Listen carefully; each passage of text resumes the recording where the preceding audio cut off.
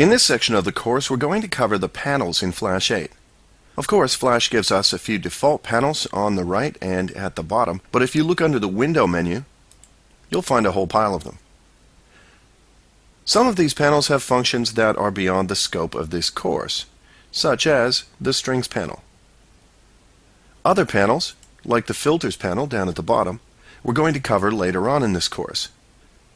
So in this section of the course, we're going to cover all of the panels that A, are applicable to a Flash 8 Fundamentals course, and B, we're not going to specifically cover elsewhere in this course.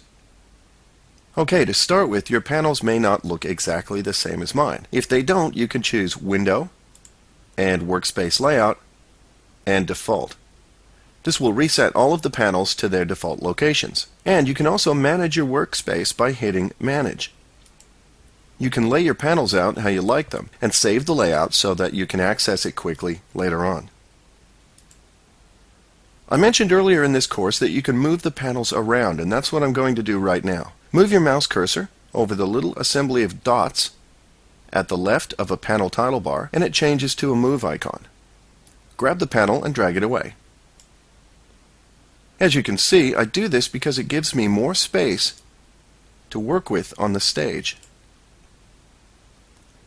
Remember that you can further maximize your screen space by clicking here to minimize a panel, or double-clicking here to really minimize it. Double-click again to open it back up. You can also nest panels together to create even more screen space. Say, for example, I want to use the Info panel.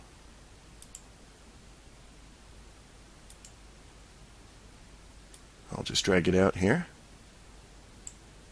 And by default, it's nested with the Align and Transform panels. And say I also wanted to use the Color panel. Well, you can drag the Color panel into another panel, and you'll see a highlight just up at the title bar. And now they're connected all as one assembly. You can go one step further though.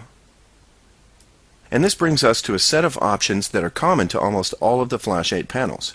Up here at the right side of the panel title bar, you'll see an Options button. Click this and you get a menu. Many of the options available here are different between the different panels, and these are usually located in the top half of the menu. The bottom half, however, remains the same. This bottom section is what allows us to further customize the panel layout. Notice earlier when I dragged the Color panel into the Align and Info and Transform assembly, it didn't fully nest them. It only attached the Color panel to the assembly. In the panel options, though, you can choose Group the current panel, which is the Color Mixer, with any of the other panel assemblies. So if I choose Align and Info and Transform, now the Color Mixer panel is properly nested with the others. Let's do it again for the color swatches. Group color swatches with Align, Info, Transform, and Color Mixer. If you wanted to, I guess you could put all of your panels in one group like this, but I find it useful to create a few groups with common functions that you use on a regular basis. Notice now that you can split a panel back out of a group again by choosing Group, the current panel, which is the color swatches, and New Panel Group. Now it's back out on its own. Let's have a look at the rest of the panel options now. You can open the Help panel and notice that this is context-sensitive help. The Help panel will open straight to the topic dealing with the panel you're currently using.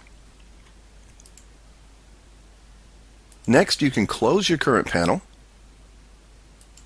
and this will simply temporarily remove it from the current assembly.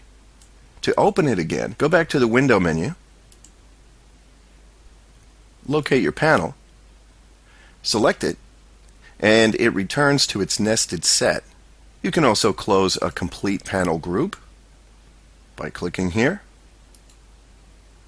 Open it again from the Window menu. And you can rename a panel group.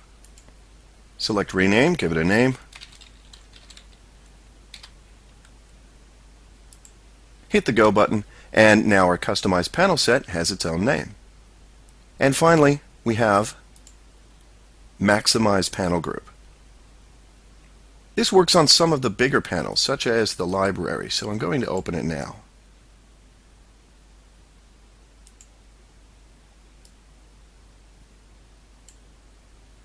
With the library panel open,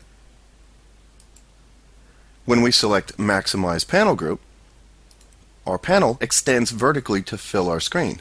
When we're working on very complex projects that contain a lot of library elements, this can be useful. To return it, you can either drag it back down or hit Maximize Panel Group again. So, as you can see, we can customize our panels quite a bit.